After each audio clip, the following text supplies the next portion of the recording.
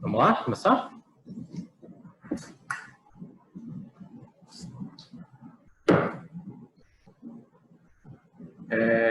Bem-vindos a todos,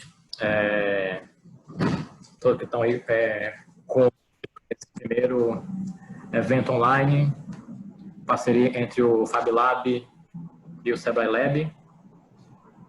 A ideia é que toda semana a gente tenha algum assunto novo para discutir, né?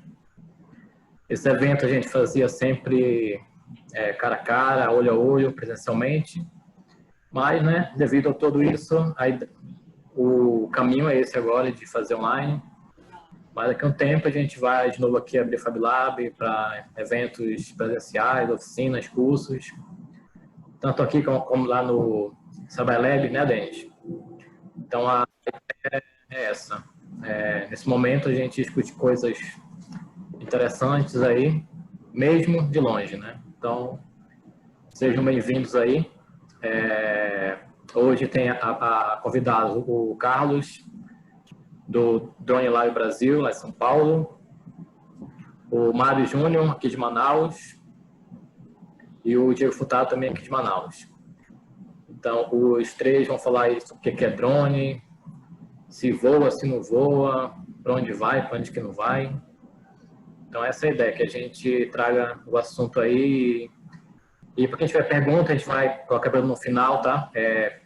Tanto aqui por vídeo quanto aqui no chat. Então, quem tiver perguntas durante, ele vai colocando aqui no final, a gente faz para os convidados, tá? Quer falar uma coisa, Denis? Exato. Na verdade, mais agradecer a participação aí dos nossos convidados e também a galera que está assistindo. Tenho o prazer aqui de estar com o mestre Cris também, né, um dos representantes aqui da comunidade de drones também, que vai estar falando com a gente em futuras oportunidades, e outros demais convidados que, porventura, já tiveram algum tipo de experiência usando drones. Eu queria enfatizar que você que vai estar acompanhando essa conversa, utilize bastante o chat, utilize bastante o chatzinho aqui do lado, comentando, fazendo seus questionamentos, e também informando de onde é que você está falando, se você já teve algum tipo de experiência usando drone, enfim, você está falando de Manaus, de outro local. Vamos interagir bastante aí pelo chat e aproveitar aqui os nossos convidados, dar mais uma vez boas-vindas para todo mundo. Beleza. Então, primeiro eu queria que vocês se apresentassem, Carlos, Diego e Mário, né? Falando, né, como é que vocês entraram nesse mundo aí. Pode começar, Carlos.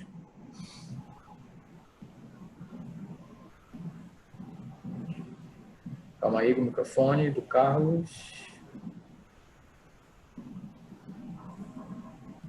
Pronto. Tá me ouvindo? Já.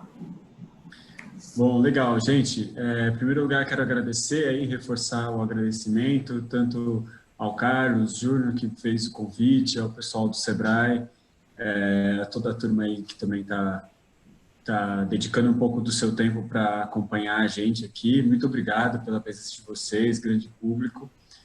Queria muito estar em Manaus nesse momento, né? Porque, primeiro, para começar pela temperatura, vocês estão vendo que eu estou com duas blusas aqui, eu imagino que vocês devem estar um pouco mais quentinhos. Também porque eu não conheço Manaus, queria muito conhecer.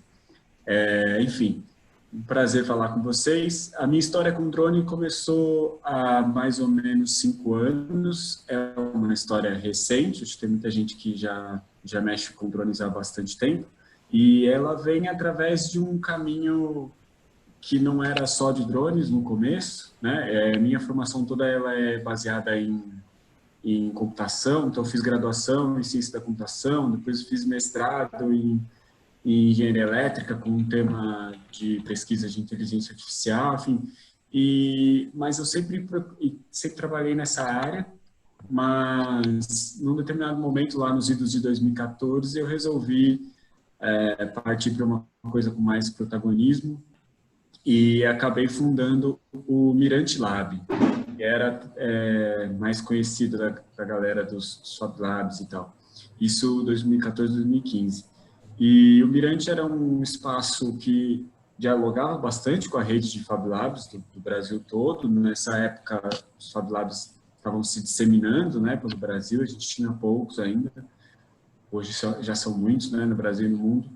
E a gente mexia com muitas tecnologias, entre elas o drone, porque estava começando também, pelo menos para mim. E eu sempre tive muito interesse, não no drone em específico somente, mas nesses equipamentos que voam, né, de maneira geral. E nunca tinha tido a oportunidade de mexer com isso. Então, eu estava criando esse novo negócio, né, me lançando como empreendedor, e comecei a, então, despertar uma curiosidade sobre o drone. Aí fui estudar, fui aprender a mexer, conversar com as pessoas, etc. E aí, para encurtar a história, o drone foi roubando a cena dentro do Mirante, né, até então. E aí, como muitos negócios fazem, né, a gente foi pivotando a empresa ao longo do período para poder se adequar, e o drone foi roubando a cena, até então que a gente fechou o Mirante e eu abri o Drone Lab, que aí hoje é esse laboratório que continua dialogando com a rede de Fab Labs, continua sendo um makerspace também, mas que atualmente usa o drone como plataforma principal tecnológica para fazer uma série de coisas que aí eu posso ir contando ao longo do tempo. Hoje o drone é a minha principal ferramenta de trabalho, né? Enfim, quase tudo que eu faço hoje tem a ver com drone em várias frentes dentro do Lab, e é uma alegria, né? Porque a gente acabou surfando um pouco na onda do crescimento da popularização dessa tecnologia também. Ah, legal. Diego? Opa, então lá vai. Cara, eu sou mais aquele... Eu não trabalho com drone em si, eu sou mais aquele cara que é o hobbyista, entendeu? É o cara que... Principalmente aquele cara que não compra aquele drone pronto. É aquele cara que vai lá, escolhe cada uma das suas peças e monta o seu drone do zero. Inclusive com a impressão 3D agora recente, eu passei por certos projetos que, digamos assim, aliar a impressão 3D ao drone, por exemplo. Tanto parte de quadricópteros, né, quanto de asas voadoras, que eu tenho uma aqui atrás de mim aqui. A minha história do drone é parecida com a do colega. Eu comecei lá pelos meados de 2015, comecei comprando aqueles... Na época nem existia drone ainda, o pessoal usava muito aqueles helicópteros caseiros de 3 canais. E o que acontece? Você vai despertando a curiosidade, né? Será que eu consigo voar um maior? E o que eu preciso fazer para me montar um do zero? E aí eu fui aos poucos aperfeiçoando. Eu fui conversando com... Aqui no Brasil é um pouco difícil essa questão de contato. Agora disseminou mais. Mas antigamente você tinha que conversar com os gringos, como a gente fala. E trocando ideia com os gringos, eles foram me orientando. Olha, monta um helicóptero dessa forma. Olha, aprende a soldagem, principalmente. Aprende programação, eu já sabia, porque minha área sempre foi TI. Eu sou formado em tecnologia da informação, ciência da computação e sou servidor público, no caso. E o pessoal sempre falava, olha, aprende a programação, aprende eletrônica e aprende mecânica. Isso daí vai te safar para qualquer coisa que tu for montar. E eu fui aprendendo, até que em meados de 2016, 2017, eu montei meu primeiro helicóptero do zero, no caso, né? Botei ele para voar ali na Newton Lees, não sei nem se ainda funciona lá. E contato com drone mesmo foi agora recente, porque eu sempre tive assim, uma aversão ao drone. A gente, digamos assim, enquanto um helicóptero consegue voar de cabeça para baixo, ou fazer um pivô dentro do próprio eixo, fazer uma pirueta, com drone a gente só via aquele voo parado, estático. Aí até que vieram esses drones baseados em Arduino, onde você não utilizava nem essa parte de alto nivelamento, você conseguia fazer uma cambalhota, um voo. Aí foi quando eu comecei a me interessar, e eu também percebi que é software livre, cara. E só teve esse boom do drone, por quê? É tudo software livre. E, cara, é uma das coisas que eu amo, é software livre. Tipo, tudo dentro de um drone hoje usa software livre, desde a parte do controle dos motores, do ESC, da controladora, do sistema de vídeo, do sistema de posicionamento, tudo usa software livre. Então, eu amo de paixão essa parte. Comecei a gostar do drone depois que eu percebi que você consegue, digamos assim, interligar um sistema ao outro. Por exemplo, o sistema de link de rádio, usar por esse canal uma telemetria também de forma aberta. E você jogar para o seu celular, por exemplo. você jogar para um sistema de vídeo, você jogar para sua TV, você replicar usando uma outra frequência de vídeo. E por isso que eu estou até hoje nisso, mas ainda não como profissional, como você, no caso, mas sim como aquele robista que gosta de construir o seu drone do zero e aproveitar essa onda da tecnologia, tá na vanguarda. Legal. Mário? Beleza. Primeiramente, boa noite a todos.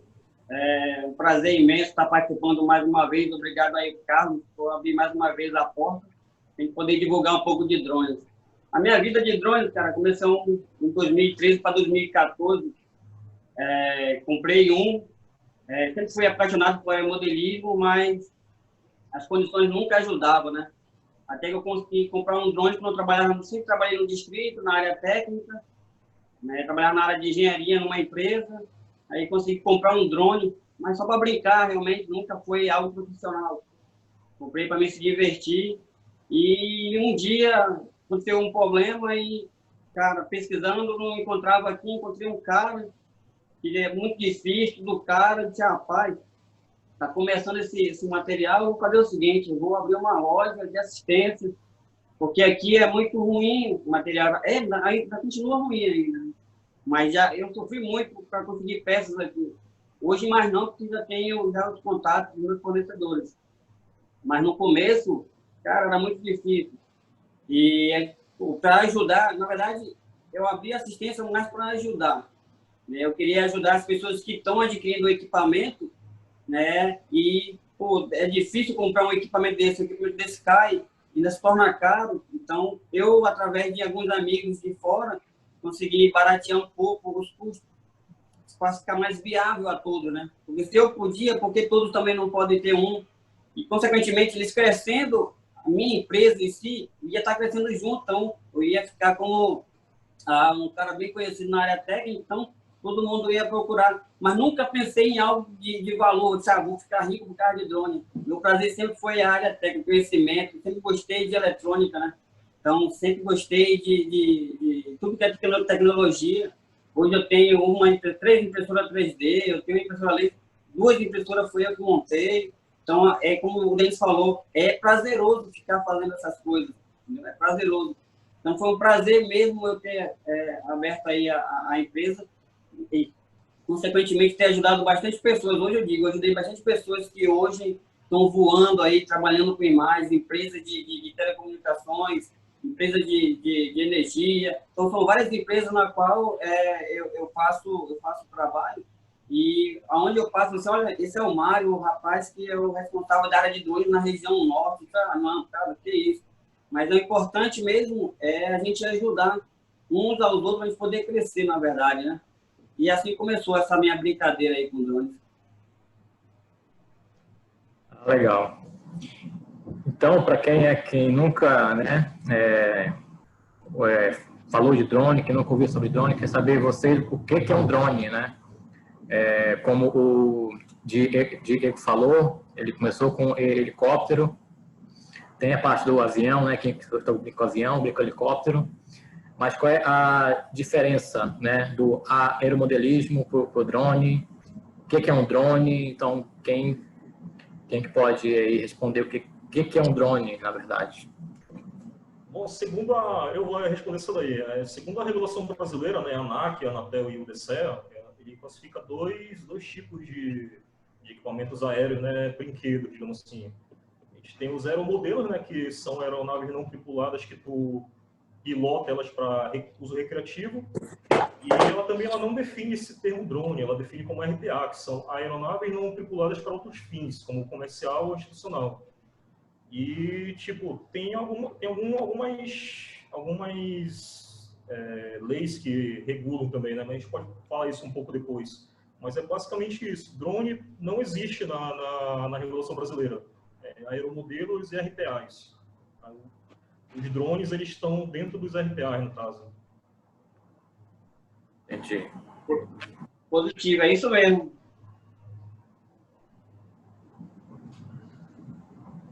Alguém quer falar alguma coisa? Agora, de qualquer maneira, também,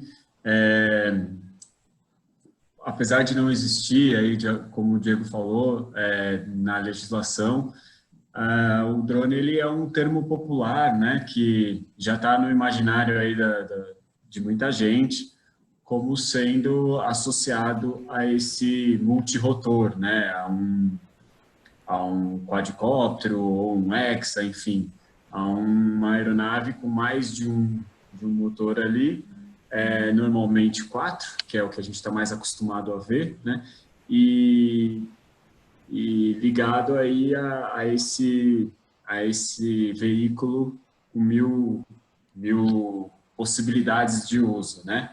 Então, apesar de tecnicamente, de fato, o drone ser classificado dentro da legislação como ou aeromodelo, ou mesmo aeromodelo se ele estivesse sendo usado para fins recreativos, né?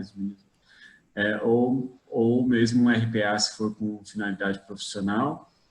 Ainda assim, hoje você fala, você conhece um drone, todo mundo, né, o imaginário brasileiro, mundial, já associa a esse multirotor. Muito embora também exista uma associação, por vezes, aí mais na academia, eu diria, eu acho, do drone ligado a um veículo não necessariamente aéreo, né? Também existe isso. Na Petrobras, por exemplo, existe uma área toda de drones.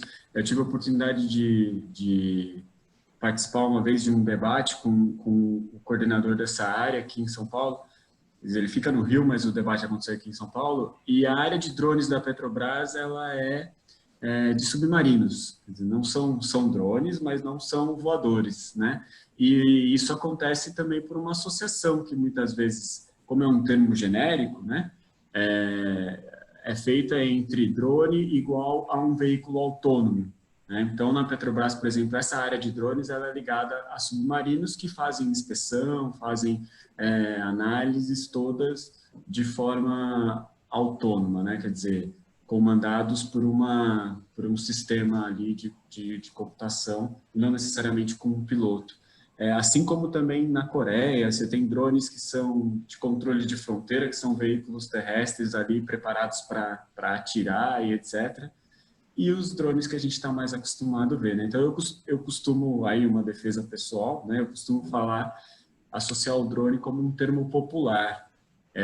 Mas se você entrar hoje na página da ANAC, você tem cartilha para drones. E a primeira página diz, olha, o drone é um termo popular, que dentro da ANAC, do DCE, enfim, ele é considerado, na verdade, um RPA, ou VANT, né, que é, em português, Veículo Aéreo Não Tripulado.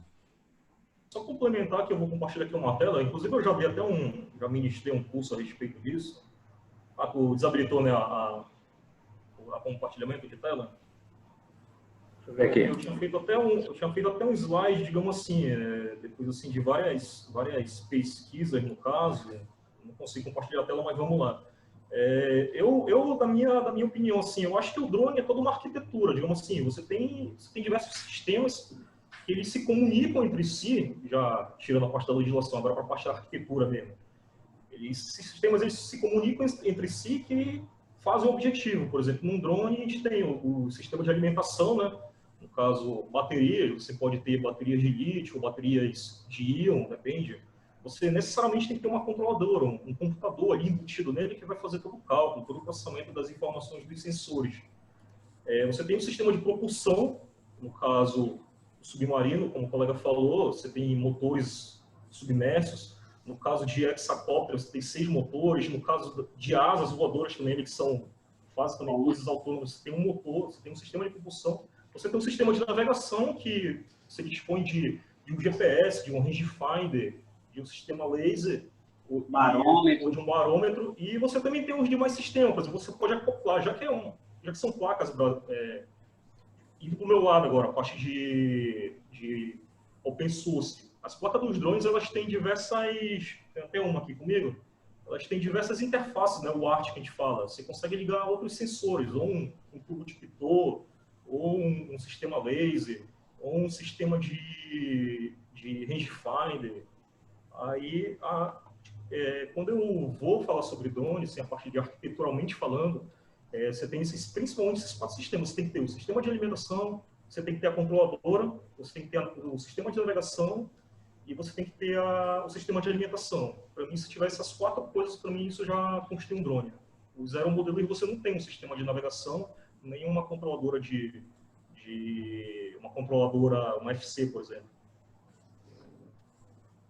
Interessante observar, pessoal, que os drones, falando um pouco de definição, para quem está um pouco mais verde no assunto, veio mais por curiosidade para essa nossa conversa, que os primeiros modelos surgiram ali no início dos anos 60, né, e com uso extremamente militar, né, diz os relatos, que, enfim, os estudos em relação a drones que exigiam que até mais de 30 pessoas eram requisitadas para operar o equipamento de tão complexo que eram, né? Então, a gente sabe que hoje o processo está muito mais simplificado. Claro, exige capacitação, exige treinamento, mas o uso me parece que está saindo um pouco da pegada mais recreativa e indo para business, né?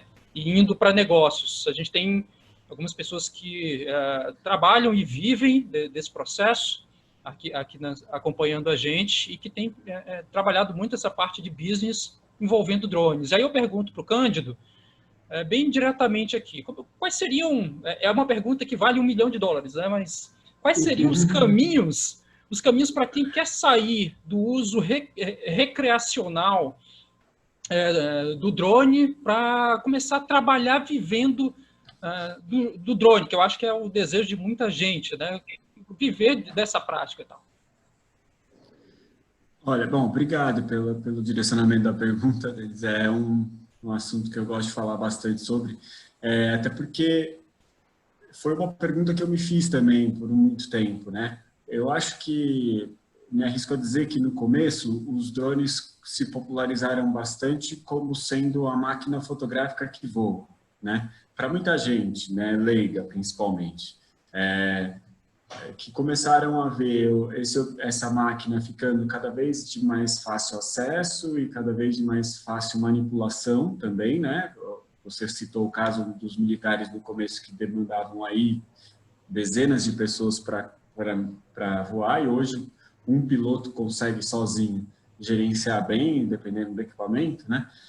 Isso foi se tornando, de alguma maneira, popular, né? Quer dizer, mais acesso à população, de maneira geral. E no começo, então, eu acredito que muita gente começou a levantar voo com esse equipamento, com essa máquina fotográfica, e aí revelar uma perspectiva que não se tinha tão facilmente, né? Uma perspectiva estética, de imagem mesmo. Então, no começo dos drones, eu me lembro, a gente se vislumbrava muito. Hoje ainda se vislumbra muito, né? Quando você tem uma imagem aérea, muita gente se admira, eu mesmo, quer dizer, espero nunca deixar de me admirar com essa imagem que o drone proporciona. Mas já é mais comum, né? Hoje a gente vê na TV, nas notícias, quase todo noticiário brasileiro tem drone, então você começa a ver isso está virando cada vez mais comum dentro dos canais, né, de visualização. Só que aí, ao mesmo tempo que as pessoas começaram a ter mais imagens aéreas, eu acredito que começou também uma onda de falar, bom, se a gente tem agora acesso ao espaço aéreo com mais facilidade, e esse equipamento pode carregar uma câmera, e essa câmera está cada vez com maior resolução, com mais potência, né? Eu posso não só usar essa imagem para fins estéticos, de gravação de vídeo, etc., para também obter recursos e dados adicionais. Aí entra todo o range da galera de aerofotogrametria, de topografia, de modelagem em 3D com drones, aí vai ampliando o campo, né? Não que isso já não fosse feito no passado. Eu acho que, né, quem é profissional dessa área, acredito que talvez tenha pessoas aqui que estão acompanhando que já trabalham com isso, talvez falem, não, eu já trabalho com aerofotogrametria com drone desde, sei lá, a década de 90. Tudo bem, o que eu estou dizendo é que isso foi ficando cada vez mais popular.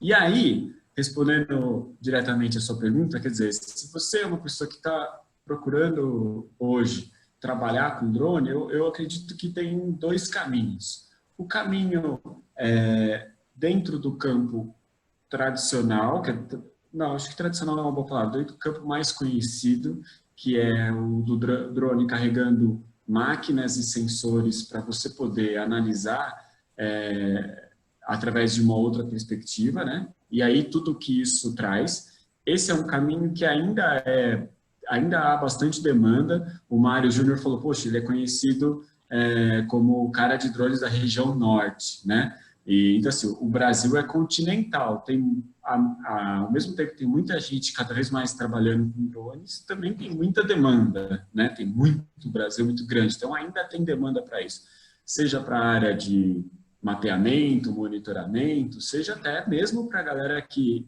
usa o drone para tirar foto, fazer filmes, né, de eventos e tal. Aí tem que se tomar um cuidado especial para seguir direitinho ao que a legislação brasileira fala, né? À medida que o drone vai ganhando espaço e muita gente também começa a consumir esse espaço aéreo, é cada vez mais importante que a legislação seja cumprida. E uma legislação que vem melhorando também a cada ano, né?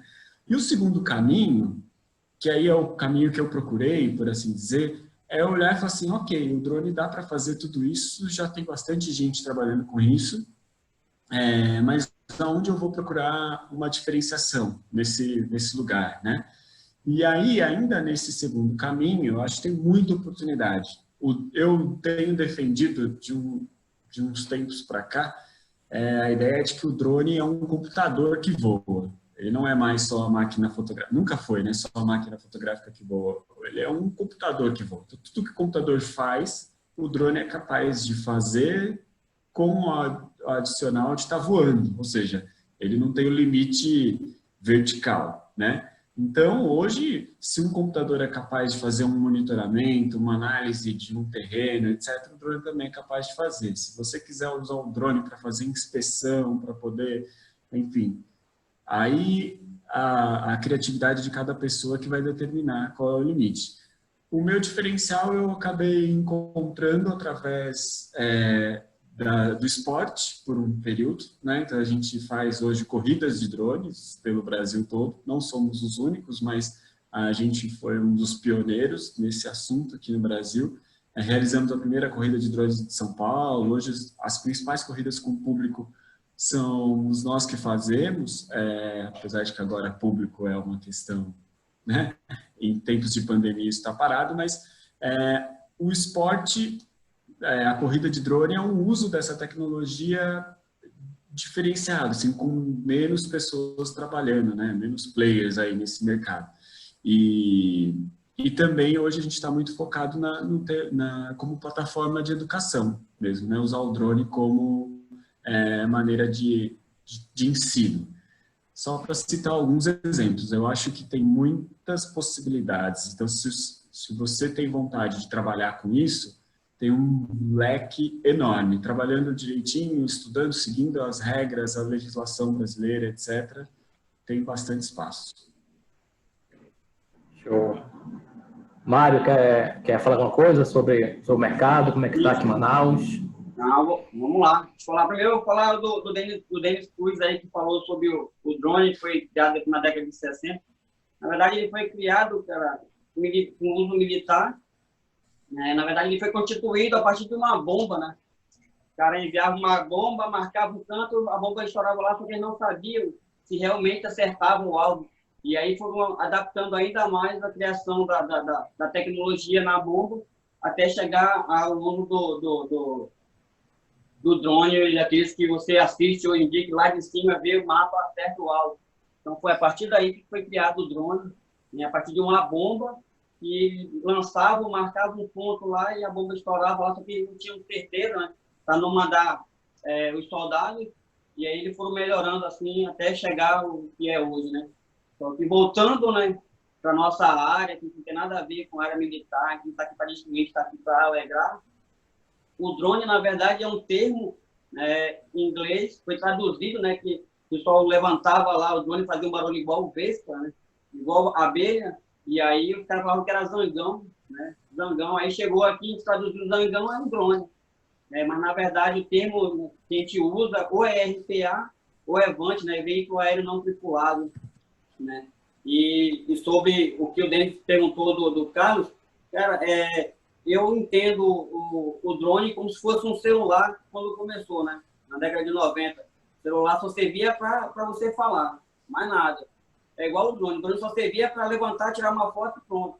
Hoje em dia, o drone em si tem uma ampla gama aí de mercado, né? Policial, hoje é policial, na engenharia, né? Georreferenciamento. Quantas e quantas vezes eu já fui com o pessoal de engenharia para fazer, né, uma medição de um terreno, né, fazer a leitura do terreno, até mesmo no campo policial, né, entregamos um drone aí no qual tinha estrobo, tinha alto-falante, tinha luz, justamente para resgate.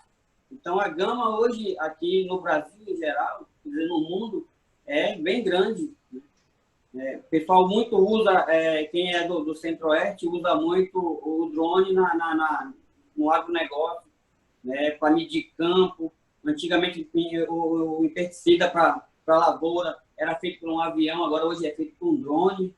Então, hoje a gama, né, é bem ampla. E aqui em Manaus é muito mais específico, mais para eventos. São poucas empresas que eu conheço aí que fazem levantamento de terreno, georreferenciamento, mas aqui é muito mais evento, né?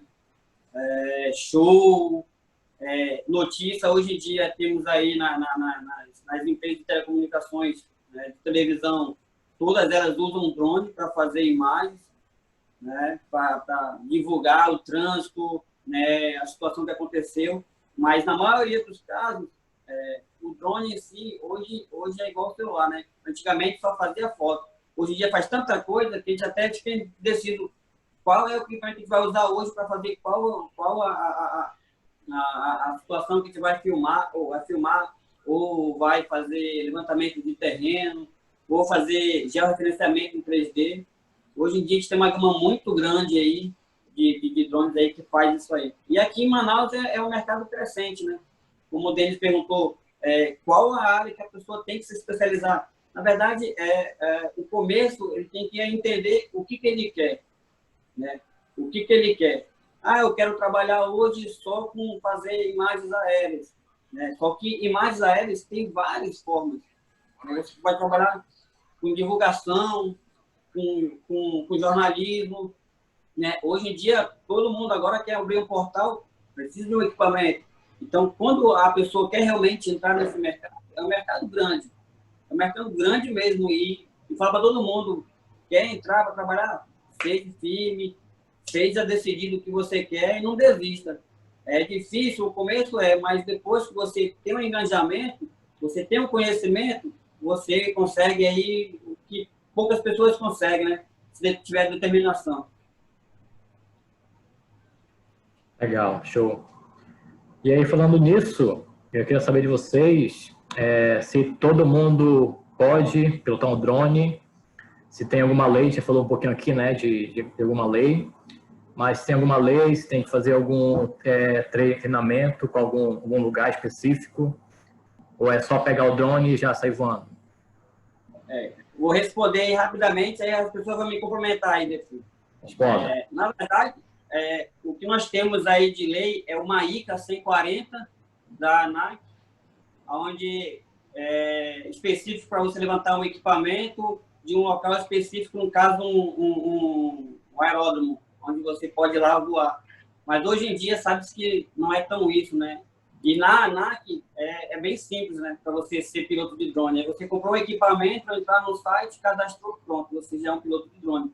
E tem dois modos, né? O recreativo, né, que é uso para você só brincar, e o não recreativo, no qual atende essa demanda toda aí de georreferenciamento, né, de aerofoto, fotojornalismo, entre outros.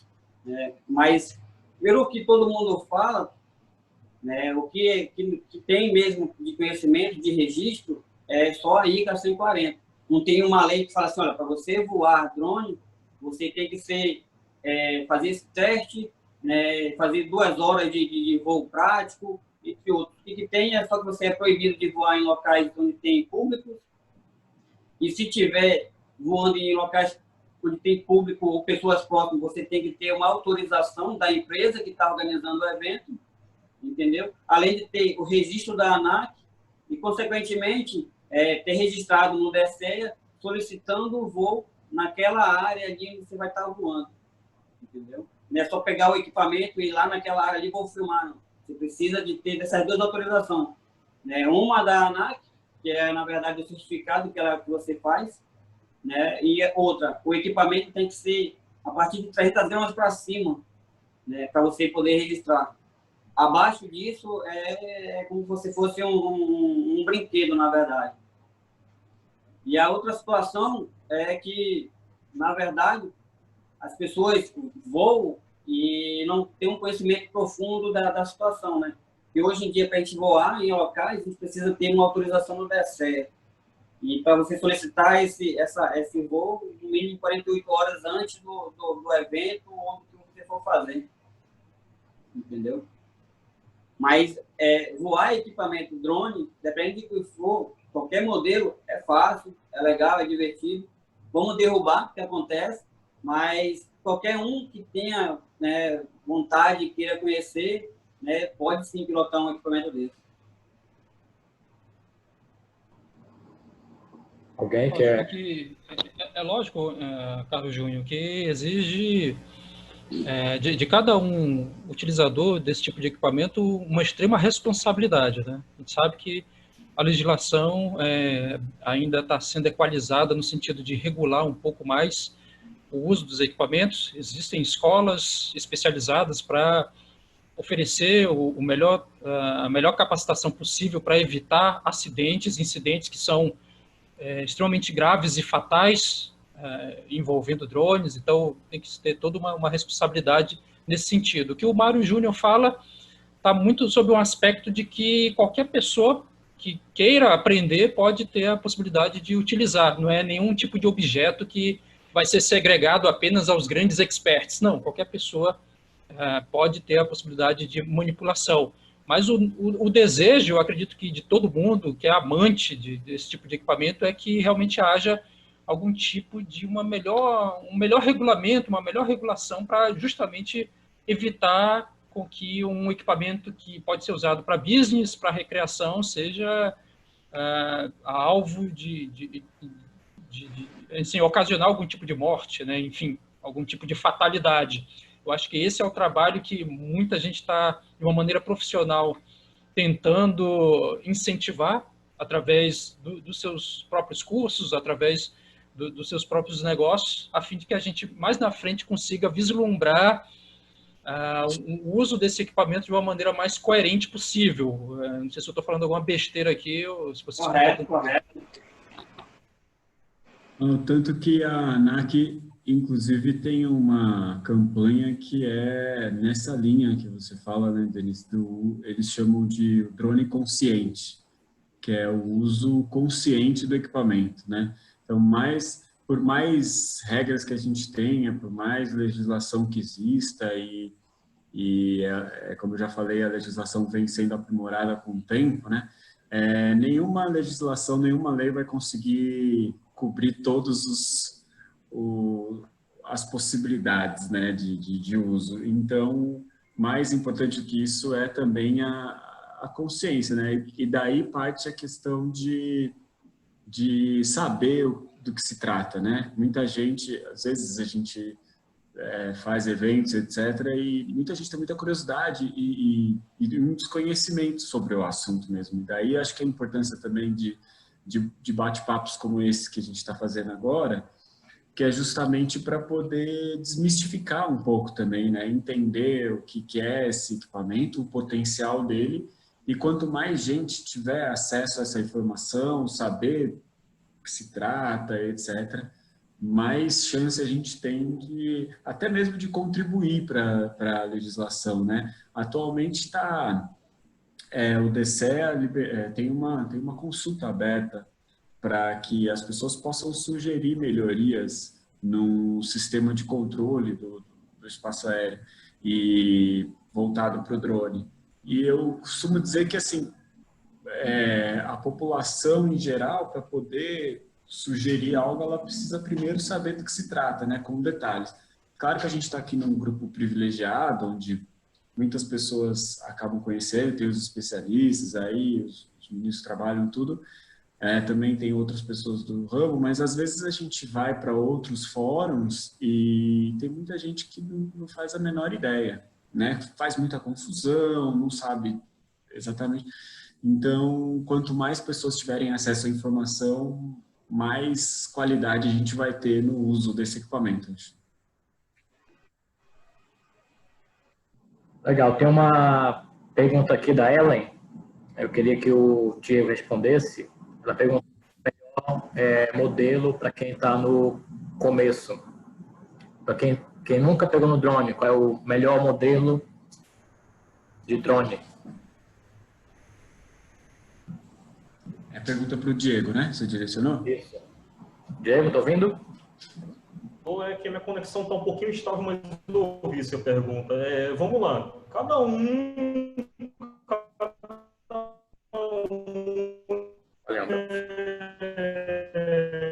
tem o seu modelo de drone, por exemplo. Tá falando. Porque aquele drone... Diego, retoma a tua conexão, Diego, que realmente ficou falhando agora aí. Mário, quer falar? Enquanto ele não... Bom, na verdade, tem vários modelos, né? Aí vai depender do poder aquisitivo da pessoa. Mas eu indico, para começar bem, está até aqui nas minhas mãos, o drone Tello, né? Ele é pequeno, ele tem uma controladora muito boa, ok? Faz foto com ótima qualidade, 5 megapixels. Então, para quem quer começar com equipamento, conhecer mais, eu indico um drone barato, indico um drone Tello, pela controladora que ele tem, porque, na verdade, a maioria dos drones que vêm da China, aqueles de brinquedo, que é para começar, eles não têm uma controladora, né? Na verdade, ele tem um controle só de tensão, onde ele libera uma tensão para os motores, que nem é um ESC, né, na verdade, e aí, conforme o tempo, ele não fica pairado no ar, né? Ele fica girando de um lado para o outro, você fica controlando. Já esse Tello já tem uma controladora, então já tem um sistema aqui dentro, um barômetro também, onde faz com que o equipamento fique travadinho aqui no ar, então você consegue dominar ele direito, esquerda, para frente, para trás, além de uma ótima qualidade na câmera. Para início, para a pessoa que quer conhecer e não quer gastar muito, né, não quer gastar em torno de R$ 2.500 para cima, essa é uma boa pedida. Tá conseguindo ouvir meu áudio agora? Porque eu acho que meu vídeo foi embora. Sim. Então, vamos lá. Vou até desativar meu vídeo aqui, porque minha conexão está bem lenta, mas vamos lá. Se você está ouvindo, vamos lá. O melhor assim, modelo para mim, eu já não posso assim, indicar um modelo particular, porque eu prefiro que você comece com um rádio controle bom, no caso um Taranis, modelo X9D ou QX7, e você treine no simulador, no seu próprio computador. O Taranis ele tem uma interface USB que, quando ele é ligado no computador, ele consegue ser reconhecido que fosse um controle. E você começa a treinar ali nos simuladores, e quando você tem experiência, você tem ali, aprende a programar o drone, no caso, aprende a programar seu modelo, aprende a mixar os canais, aprende a fazer toda a programação, você consegue levar isso para o modelo que você adquirir posteriormente. Você, no caso, compra aqueles modelos BNF que tem a compatibilidade com o protocolo da FR Sky.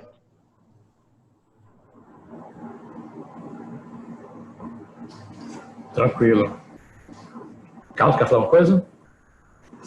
Eu acho que para complementar, eu vou reforçar a recomendação do Mário.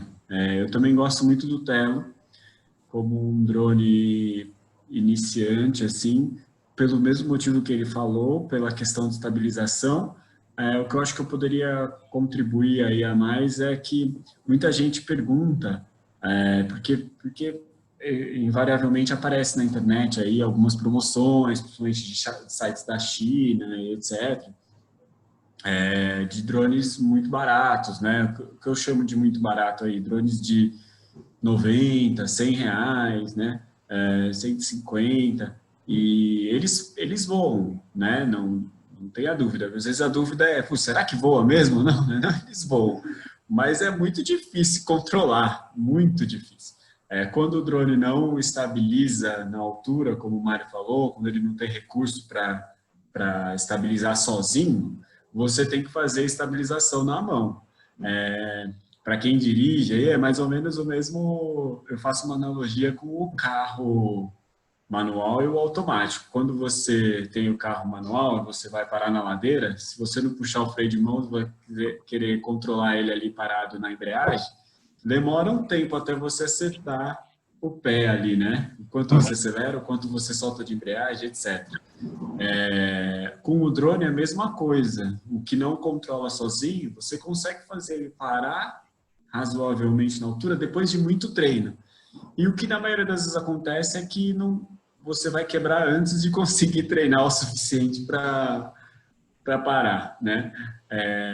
Quem já tem experiência consegue, pega na mão e para. Então, é melhor você investir um pouco mais num drone. O Telo hoje está na faixa de R$600, mais ou menos, por conta agora que o dólar está mais alto, né?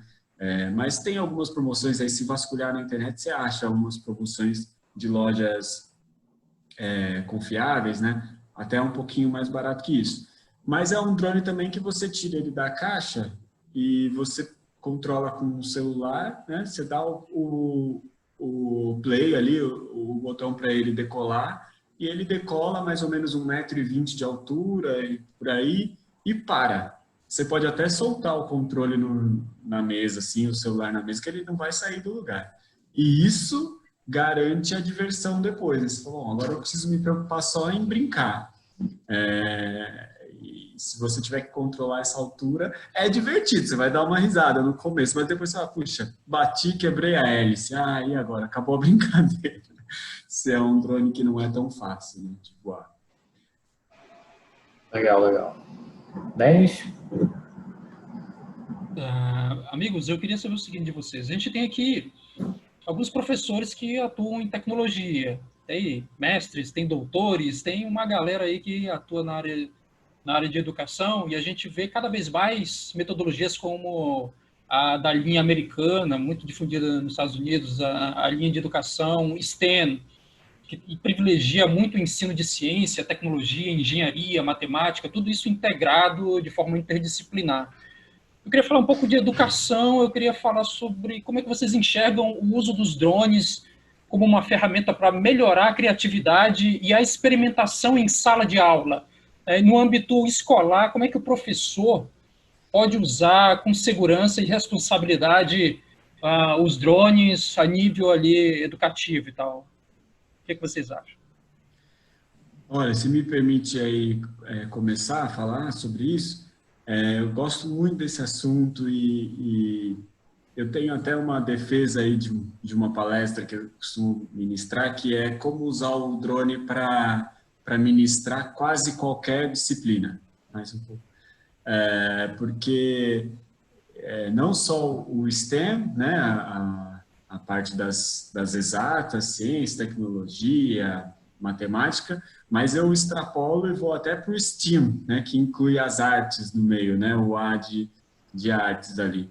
Porque, de fato, eu acredito no potencial do drone para poder atuar no ensino de várias matérias, vários contextos.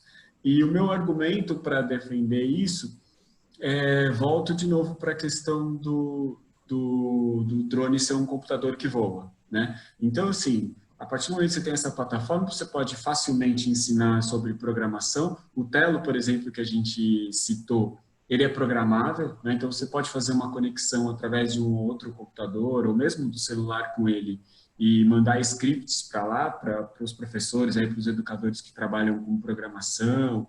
Não precisa nem ser necessariamente no ensino da linguagem de programação propriamente dita, né? Você pode pensar no Telo para o ensino da lógica de programação, do pensamento computacional, né?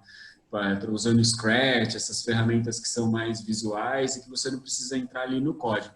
Mas para quem é mais que gosta de descer mais a fundo aí, você pode programar com Python, com até C, C++, são linguagens, enfim, C, C++ dá para usar para tudo, né? E entrar a fundo mesmo no código. Mas saindo um pouco das matérias do contexto das exatas, né? Você dentro de uma sala de aula, por exemplo, de direito, que fala sobre legislação, das humanidades, por assim dizer, né?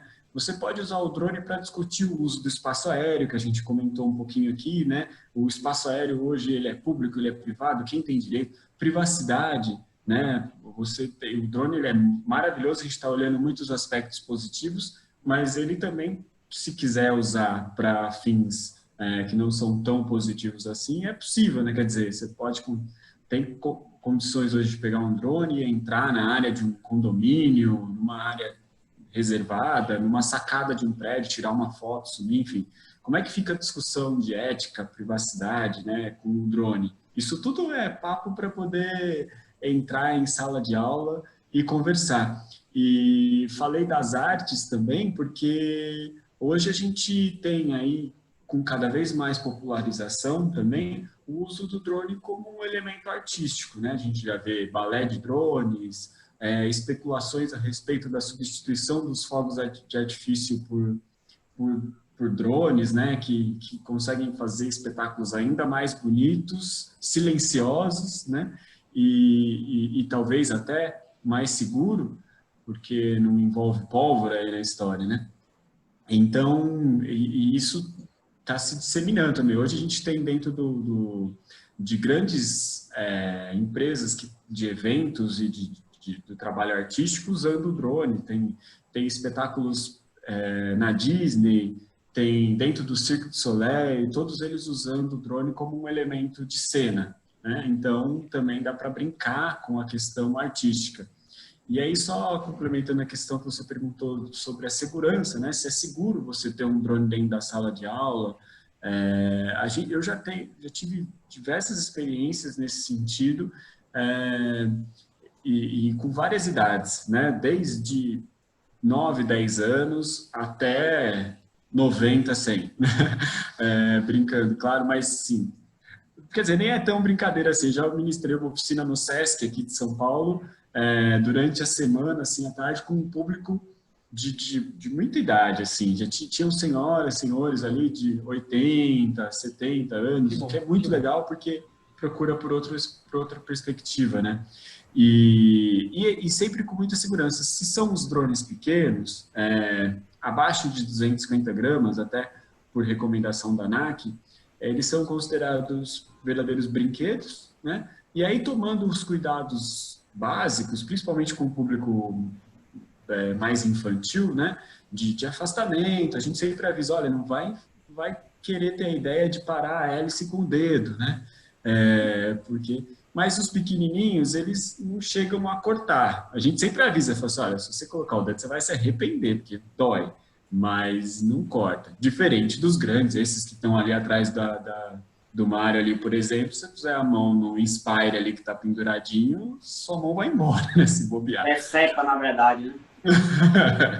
E aí, então, tem que tomar muito cuidado. Mas sendo os pequenininhos, principalmente o Telo, ou até outros similares, é tranquilo e é uma ótima ferramenta, porque você atrai muita atenção, né? Você vê um objeto voando, mexe com o imaginário de todo mundo, de todas as idades, e é um prato cheio para você discutir o que quiser. Show. Diego, tá ouvindo? Estou ouvindo. Tem uma pergunta aqui para ti, do Henrique. Ele pergunta se tem algum coisa no YouTube, algum canal, algum site que ele quer aprender a fazer um drone, a montar. Bom, Henrique, canais assim de YouTube eu não recomendo muito, por quê? Eu acho porque só tem uma pessoa assim passando a experiência dela, no caso. Em alguns momentos ele utiliza assim, peças assim, que já estão defasadas, entendeu? É uma coisa assim que está evoluindo muito rápido. Eu aconselho a não procurar o YouTube assim como fonte de conhecimento na montagem do drone em si. e sim procurar um fórum internacional chamado RC Groups. Lá você consegue trocar ideias com pessoas assim, que fazem montagem, inclusive tem alguns, tem artigos, tem, digamos assim, montagem do mês, montagens com menos de 50 gramas, montagem usando motores que tem o tamanho assim, de uma cabeça de um fósforo, e por aí vai. Você sempre está trocando ideia ali nesse fórum chamado RC Groups. Lá eu acho que é a principal assim, fonte assim, de quem quer montar um drone, procurar o conhecimento e trocar ideia lá com a galera de lá. O pessoal é bem receptivo e ajuda bastante lá. Legal. Também tem uma pergunta aqui para o Carlos. O Vitor quer saber onde está a tua palestra. Se tem algum link? Ele quer saber se está online, alguma coisa assim. Oi, Vitor. Eu tenho sim, acho que já falei um pouco sobre o drone na educação dentro da Campus Party. Eu acredito que essa palestra deva estar pública. Eu me comprometo a procurar o link dela para passar para você. E eu disponibilizo depois por e-mail para os meninos, para o Carlos ou para o Denis aí para fazer ou mais um pouquinho, se sobrar tempo, eu coloco no chat. Se não tiver, enfim, posso publicar aí em algum canal específico e passo. Não é a única, né? Mas eu me lembro de já ter feito essa palestra e que já tenha sido gravada, onde eu abordo bastante esses temas, né? Que eu comentei um pouco aqui, por bastante entusiasmo mesmo do uso, mas eu também costumo fazer de ir em campo mesmo, dentro da sala de aula, para poder sensibilizar professores e estudantes também. Legal. E como não poderia faltar, né? Como vocês veem o uso do drone na saúde, né? Estamos aí num momento bem crítico, né? Todo mundo. O Carlos já fez um projeto na área da saúde, né? Com dengue, né? Dengue? Sim, foi. E eu queria saber de vocês, como a gente pode usar o drone nesse momento que a gente está vivendo aí. Mário, quer começar? Beleza. Na verdade, como eu falei, é uma situação muito boa, porque, querendo ou não, o drone hoje ele inicia em qualquer ramo, né? No caso da saúde, já participei de alguns lances igual a esses aí. No caso da dengue, para alertar a população, né? Inclusive, tem um drone chamado Mavic 2 Enterprise, no qual ele acopla um alto-falante. No caso, você está com o equipamento voando e a pessoa lá no controle está alertando, então gravou um áudio e o áudio fica passando naquela área determinada que tem um número crescente de casos. Então, já fizemos essa atuação aqui no Amazonas. Até mesmo eu fui enviado para o interior para justamente fazer essa atuação. E hoje a gama de drones nessa área aí é muito grande, muito mais para auxiliar, né, e contribuir para que a gente possa diminuir, né, essa situação. No caso, antigamente era a dengue, né? Hoje em dia, vamos dizer, a pandemia, né, apenas uma empresa entrou em contato com a gente para que ela pudesse passar alguns áudios de orientação para a população, para que o equipamento fosse voando e fosse falando a preocupação que as pessoas têm que fazer, entendeu? Mas é muito importante isso, e a gente poder estar ajudando, né, a população a ficar ciente da situação que está vivendo.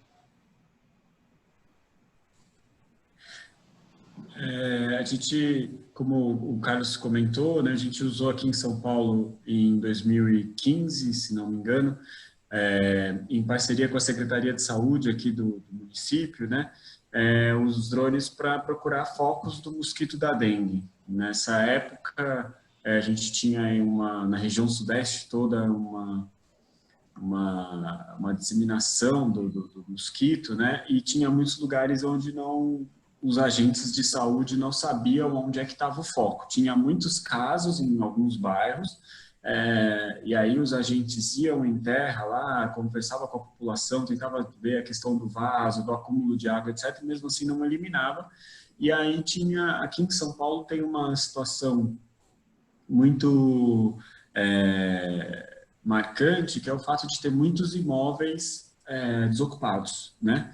E muitas vezes os imóveis, casas, prédios ou mesmo áreas de empresas, etc., onde não se tem informação do proprietário, né?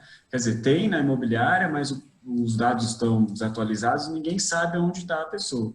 E nessa época a gente fez um acordo, então, com a secretaria, quer dizer, a gente não, né? A Prefeitura de São Paulo criou uma portaria junto com a ANAC, etc., para a gente poder fazer alguns voos, especialmente nesses locais onde o lugar estava desabitado, né? Justamente por uma questão até de privacidade também, para que os agentes de saúde pudessem saber o que tinha naquele terreno, né?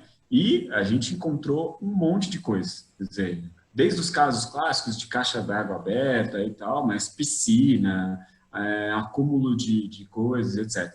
E isso em 2015, na época a gente até construiu um drone para fazer isso, porque os drones da DJI não estavam tão acessíveis assim. Hoje em dia, muitos municípios já usam para procurar não só o mosquito da dengue, mas vetores de outras doenças também, com drones melhores do que aquele que a gente construiu, óbvio, e em muitos casos até de forma automatizada, porque o que a gente usava era manual, né? A gente subia o drone com câmera, com transmissão ao vivo ali das imagens, o agente de saúde que olhava para ver o que tinha naquele terreno. Agora, em se tratando de pandemia e desse momento que a gente está vivendo, né, há uma discussão atual muito grande que a respeito de uma eventual vacina que o mundo consiga produzir e, invariavelmente, depois se conseguir uma vacina, o próximo passo vai ser como conseguir que todas as pessoas sejam vacinadas, né? Ou o maior número possível. E aí entra numa questão geográfica, que eu acho que o drone, mais uma vez, atua bastante, né? Hoje, a gente sabe que existem locais de difícil acesso, né? E alguns desses locais, como, por exemplo, em regiões da África, já estão usando o drone como uma ferramenta de apoio à saúde pública. A gente tem um caso em Ruanda, eu posso passar o link também se vocês não tiverem visto ainda, que é o uso de drone para entrega de bolsas de sangue. Isso não é especulação, é um fato, né? Todo um processo automatizado de uso do drone. O drone sai do hemocentro, carrega a bolsa de sangue e entrega para perto de hospitais ali da região. Ruanda tem uma característica que é o fato de ter uma região muito montanhosa, com estradas precárias, etc. Então, tem muitas comunidades que vivem longe das áreas mais de concentração urbana, dos grandes centros, e o que o drone leva, o que um carro, um veículo terrestre demoraria ali horas para chegar, o drone chega em 30 minutos, 40. Tem um vídeo muito bonito sobre isso. Então, o pessoal começa a falar hoje sobre, quem sabe, o drone poder atuar também numa entrega de vacinas, levar essas futuras vacinas de prevenção ao Covid para essas áreas de difícil acesso. Sem contar o que o Mário já citou, né, de usar o drone para pulverizar ali, para desinfectar, etc., que eu acho que, enfim, não sei se justifica tanto, mas com certeza o drone entra muito bem dentro de temas centrais assim de saúde pública, e dá para citar aí outros casos. Legal. Bom, já falaram da parte de transporte, né, e também já falaram da parte de pulverização de vacina. Um outro ponto assim, que eu vejo, eu escuto bastante com o pessoal da saúde, da utilização de drones, é a parte, digamos assim, de você fazer a tomada aérea, a fotografia aérea do local, por exemplo. Você consegue associar, por exemplo, se uma área que foi recentemente desmatada está associada com aumento de casos de dengue, por exemplo, ou de alguma outra doença. Ao invés de você ficar esperando a imagem do Google ser atualizada anualmente ou a cada 2 anos do satélite, você manda um drone, faz o reconhecimento aéreo, tira as fotos, foi desmatado, teve aumento de casos de dengue? Teve. Poxa, a gente pode associar? Bora fazer um estudo mais aprofundado sobre isso. Ou seja, existem várias frentes de atuação que podem realmente ser usadas, né? Pessoal, eu estou aqui com... Eu não tenho a possibilidade de abrir o microfone para muita gente, né? A gente está tendo a alegria de ter uma quantidade de pessoas grande aqui, muita gente que é da área. Mas eu queria abrir aqui o microfone para o André Aranha. O André Aranha tem uma pergunta aqui. Por favor, André. Olá, Denis. Obrigado aí por abrir. Eu vou fazer uma pergunta mais voltada para essa questão das aplicações. Eu tenho ouvido falar sobre a questão da saúde. Eu gostaria de saber se vocês têm também aplicações ou utilização para meteorologia, para biologia, né, a parte de engenharias, né, civil, elétrica.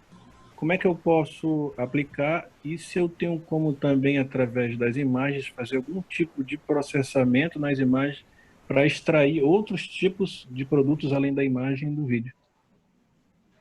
Legal, boa pergunta. Acho que o Mário citou que já trabalha com isso de alguma forma, né, Mário? Você presta alguns serviços nessa área, não é isso? Na verdade, hoje temos aí drones que têm a capacidade, através da imagem, captar todas as informações aí necessárias, né? Sendo que cada vez mais o equipamento desse é um pouco caro, né? Para a demanda que nós temos aqui. Mas temos sim equipamentos desses aí que fazem captação de terreno, de solo, de temperatura, vamos dizer, de toda essa área que o André falou aí. Existe sim, até tem um projeto, eu conheço o pessoal da Manaus Energia, e eles estão com esse projeto aí nas linhas de transmissão, né, Manaus até Balbina, né?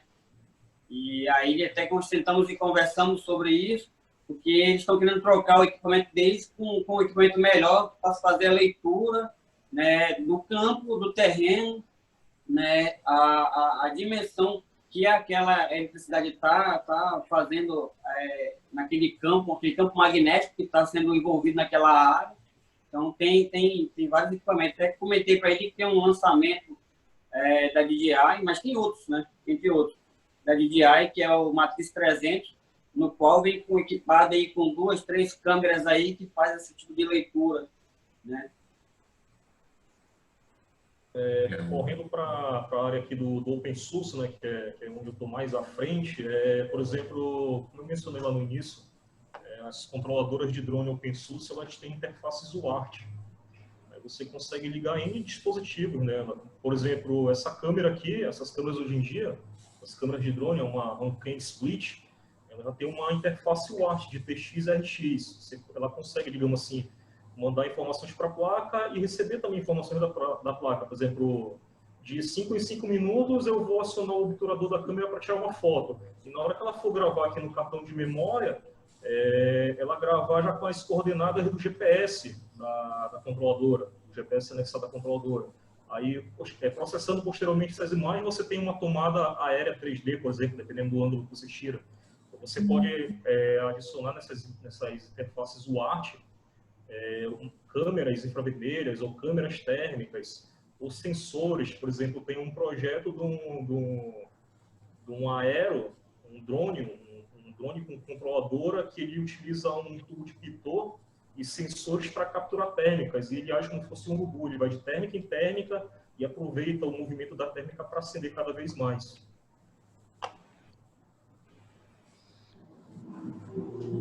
Eu recebi uma pergunta aqui deles, que foi direcionada para mim aqui no privado, mas que está relacionada a esse assunto também, que é justamente dentro do campo das aplicações. A pessoa pediu para que eu falasse um pouco sobre o tratamento das imagens, né? E aí, acho que só complementando o que o Mário e o Diego já falaram, hoje existe muito software de tratamento de imagem, né?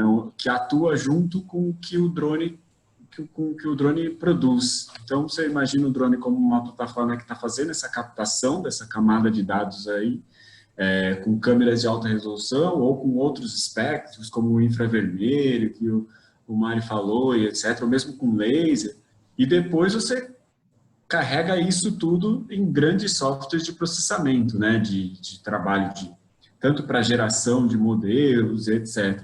E aí, citando um outro caso, a gente participou de um evento do próprio Sebrae também, mas foi do Sebrae do Espírito Santo. Foi o nosso último evento do ano passado, em dezembro, e lá participei de um debate também, onde tinha um pessoal que prestava serviço para as empresas ali da região do Porto de Tubarão. E aí eles me falaram de um caso específico do uso de drone para cálculo de volumetria, e que eu não tinha visto até então.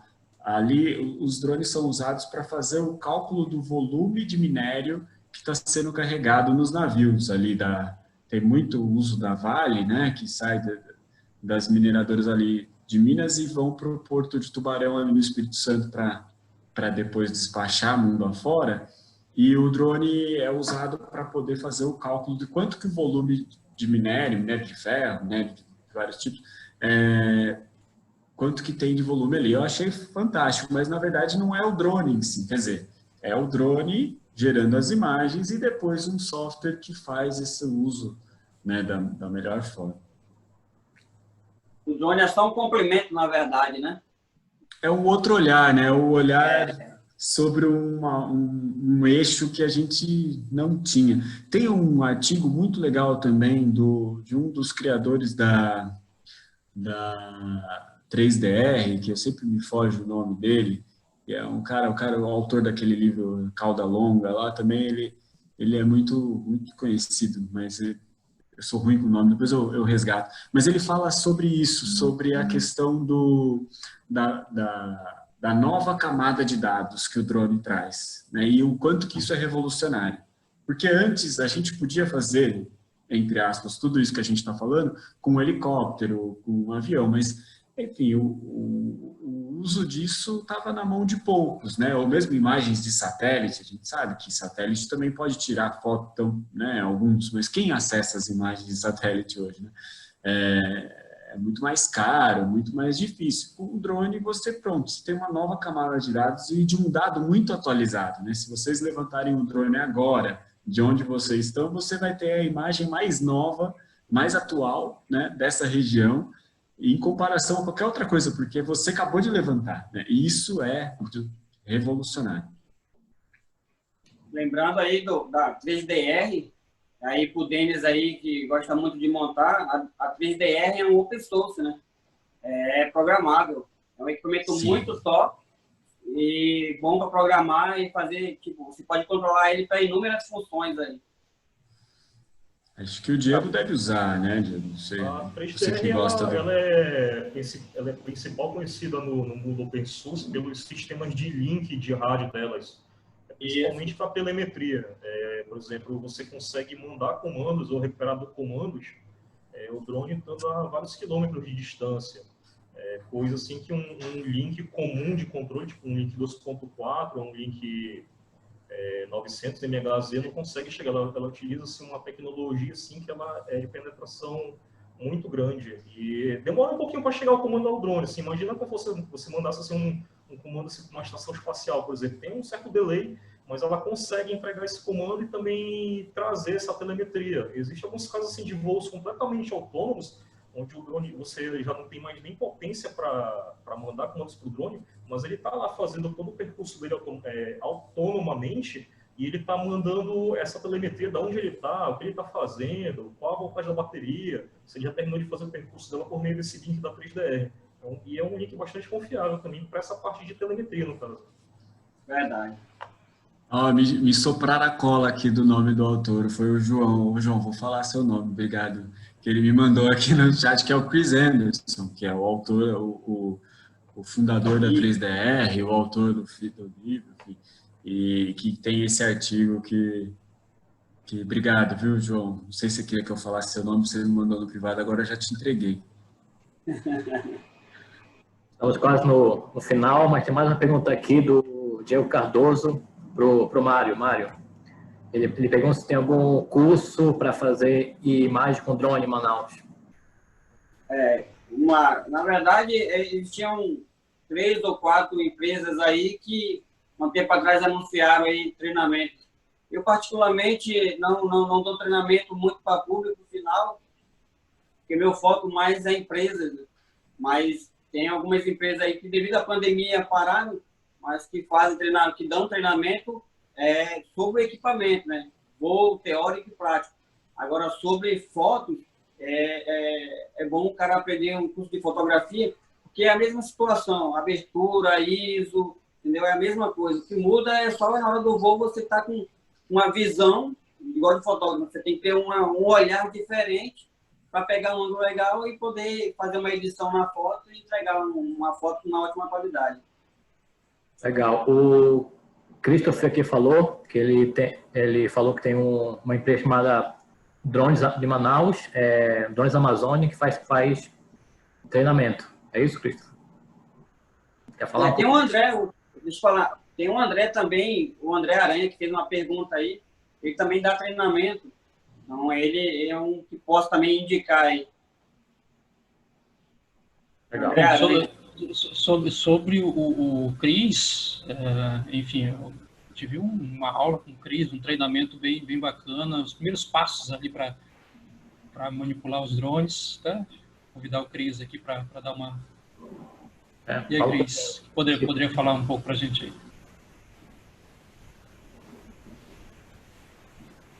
Opa, senhores. Primeiro eu testar o microfone aqui. Vocês estão me ouvindo bem? Legal. Fala, Cris, existe uma penca de gente aqui querendo ser treinado, enfim. Opa, olá, cara. Grande prazer aí. Primeiramente, agradecer a todos aí pela oportunidade de estar falando aí, de você abrir o microfone aí, Denis. Vou estar com um time de feras aí, cara. Pô, agradecer aí. Anotei uns pontos chaves aqui do Diego aí, do Carlos, né? Carlos, né? Lá de São Paulo, o MJR Drones aí, né? O Mário, o cara do hardware dos drones aí, né? Também presente aí. Bom, eu sou instrutor da Drones Amazônia, né? Uma empresa que está começando no ramo de treinamentos aqui na região norte, né? E a gente já completou 2 anos já, né? Nesse ano agora de 2020. Tivemos uma parada aí por conta da pandemia, né? Acho que todos os ramos aí, né, de negócios aí tiveram, né, passando por uma situação difícil, né, por conta dessa situação, mas a gente está reabrindo turmas aí o dia 15 de julho agora, tá abrindo as portas aí, e com um quórum de alunos reduzido, né, todos os cuidados aí com relação ao vírus aí que está se propagando aí, e graças a Deus, né, está amenizando, né, os casos, né, e as atividades econômicas estão retornando. Mas a gente está com uma roupagem nova agora, né, no nossos cursos de treinamentos profissionais, né, a gente está com a nossa frente de treinamento básico, né, que são para aqueles interessados para ser robistas, né. Então, o camarada comprou o drone, né, e já quer surfar no segmento, quer começar a pilotar o drone para hobby, né, fazer aqueles flips lá com o Telo, né, como o Mário falou aí do Telo, né, que é um ótimo custo-benefício para quem está começando aí no ramo, e para quem quer surfar e já começar na parte profissional, a gente tem já o módulo de curso profissional de drones intermediário, e assim vai galgando até o avançado, né? Então a gente está com uma roupagem nova, antes estava somente com o curso profissional de drones, agora a gente particionou e estamos com 2 frentes aí de treinamentos profissionais aí para o segmento de drones. E também futuras especializações, aerofotogrametria, que foi bastante colocada aí pelos colegas, né? Aerofotogrametria, e fiscalização fluvial com drones também, que é exclusivamente para órgãos, né, federais aí da Capitania dos Portos. Né? Tem muita gente que tem dificuldade de operar o drone aí no bote, no rio, né?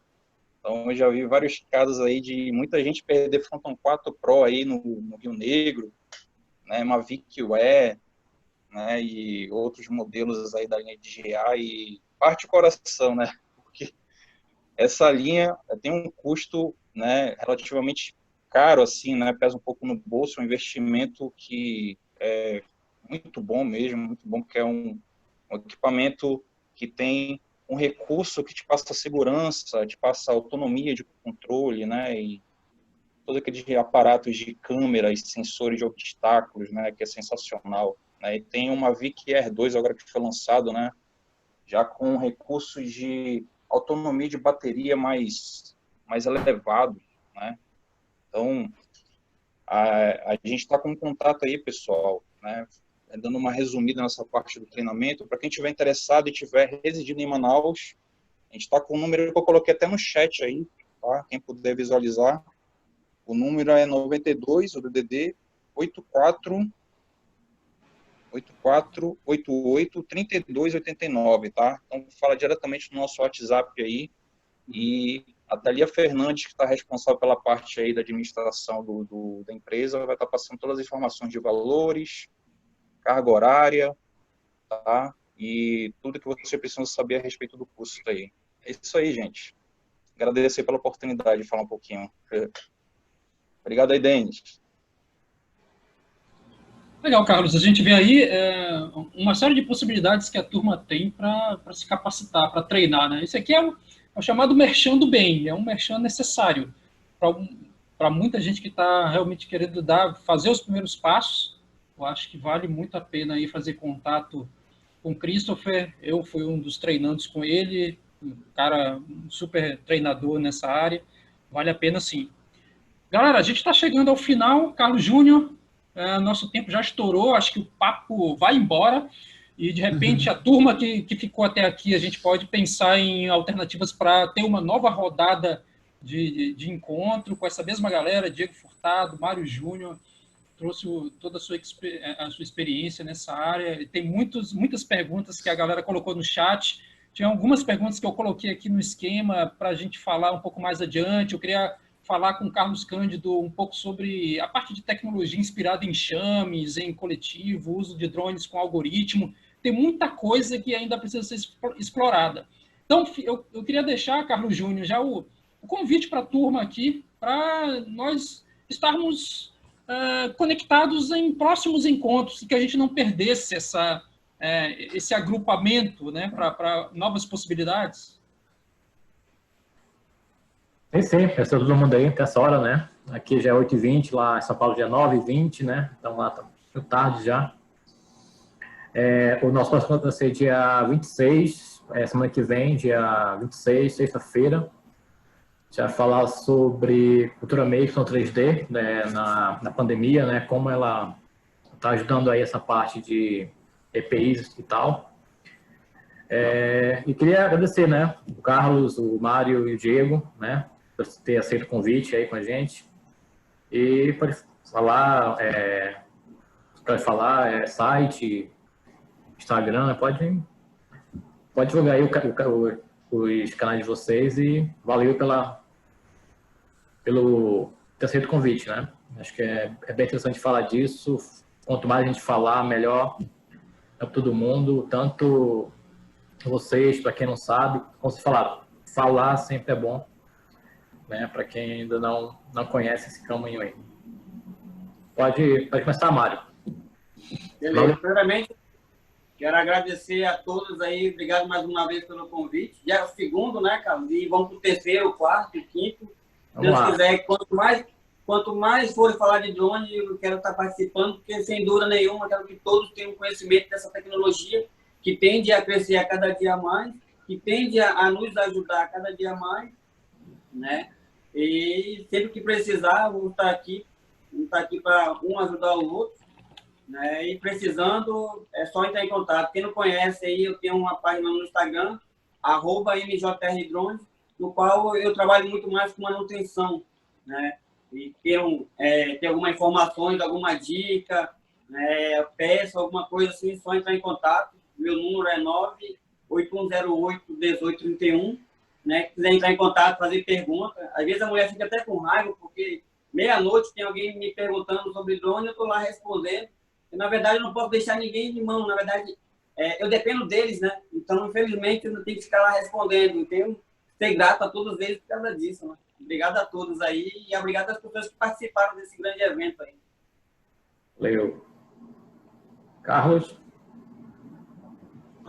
Mais uma vez, obrigado. Foi incrível. O tempo voou, né? Sinal que foi bom. Obrigado a todo mundo, obrigado a vocês pelo convite, a galera que está aí até agora também, e as perguntas. Concordo com o Denis, tem assunto ainda para falar. Eu deixei os contatos aí no chat do Drone Lab, também tem meu e-mail pessoal, para quem quiser, fica à vontade de mandar e-mail. E, Denis, a hora que você quiser, a gente pode falar sobre os algoritmos, sobre inteligência de enxame, aí, que são coisas que eu gosto bastante também, que, enfim, para os drones é prato cheio também. Então, espero que tenham outros encontros desse e fico à disposição, quando vocês quiserem. Isso, e vem para Manaus, como Fena. Com o maior prazer, você pode apostar. Assim que a pandemia for embora, que a gente puder, faço muito gosto. Quero muito conhecer aí a região. Eu fui até Rondônia, né, pela Campus Party, falando de região norte, né, já estive ali também no Amapá, um pouquinho, mas no Amazonas mesmo, mesmo Manaus, nunca pisei. Então, quero muito. Legal. Diego? Então, agradecer aqui o convite, primeiramente, né? Agradecer ao Denis e a você, agradecer também ao Carlos e ao Mário por compartilhar também um pouco do conhecimento deles, aí, que é imenso nessa área, assim, também, que eu pretendo também ingressar em breve nessa área de drone mesmo, como profissionalmente mesmo. Eu estou aqui deixando também o meu link aqui, meu contato aqui, o link é da minha página pessoal do RC Groups, tem algumas coisinhas assim, balanceamento de hélices, montagem de helicópteros, builds assim do zero, bem como alguns reviews também que eu já fiz para algumas empresas chinesas também, produtos chineses que eles enviam para fazer review. Em breve eu pretendo atualizar, então realmente, ultimamente eu estou sem tempo, mas eu atualizava bastante essa página aí. Tá aí no chat aí o link. Valeu, Diego. E também vou contar qualquer coisa, pode realizar pergunta aí que eu respondo prontamente. Beleza. Valeu pela participação. Denis? Carlos Júnior, mais uma vez agradecendo a presença de todo mundo. Realmente, muitas perguntas ficaram por ser respondidas, mas realmente a ideia é nós congregarmos ao máximo os amantes dos drones e que a gente consiga aumentar esse grupo de pessoas aqui em Manaus e de diversas partes do país, para que a gente consiga gerar esse aprendizado contínuo. Um ensinando, o outro aprendendo e também repassando as informações e, lógico, fomentando cada vez mais business, cada vez mais negócios. Essa é a nossa intenção. Para o pessoal que está querendo saber sobre novidades, quando vão ser os próximos encontros, acompanhem bastante o Instagram do FabLab Manaus e também o Sebrae Lab AM. Lá nós costumamos publicar os nossos futuros encontros. A gente vai encaminhar através do WhatsApp para a galera que ficou presente aqui até o final um linkzinho de avaliação sobre o que vocês acharam e também um convite para quem quiser integrar um grupo nosso de informações mais diretas para saber sobre futuros encontros, próximas atividades sobre drones. Se você estiver interessado, a gente vai encaminhar para você e você vai dizer, não, quero participar, me deixe informado sobre esse assunto e assim a gente gera essa conexão mais próxima. Carlos Júnior, obrigado mais uma vez aí pelo convite, parceiro. Tamo junto, até a próxima aí. Valeu, pessoal. Boa noite. Até a próxima. Valeu. Obrigado.